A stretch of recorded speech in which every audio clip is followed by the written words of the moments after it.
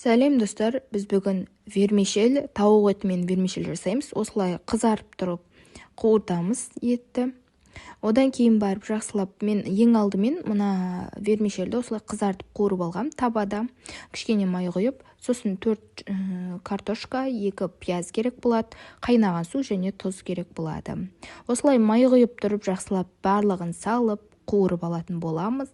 Содан кейін оны ғыжылдатып тұрып, яғни қызартып тұрып қуыратын боласыздар. Сонда сіздерде жақсы болып шығады. Міне осылай қызартып тұрып қуырып аламыз. Сосын үстіне кішкене тұз қосып жіберу керек, біраз қасықтай. Каналға жазылуды ұмытпаңыздар достар, лайк басып кетіңіздер. Сосын осылай болып жақсылап тұрып қуырылғаннан кейін жаңағы вермишельді саламыз. Салғаннан кейін ол вермишельдің үстіне вермишель бататындай қылып су құйып қоятын боламыз, қайнаған суды. Сонда бізде жақсы болып шығатын болады. Астарыңыз дәмді болсын. Лайк басып, комментарий жазып кетіңіздер.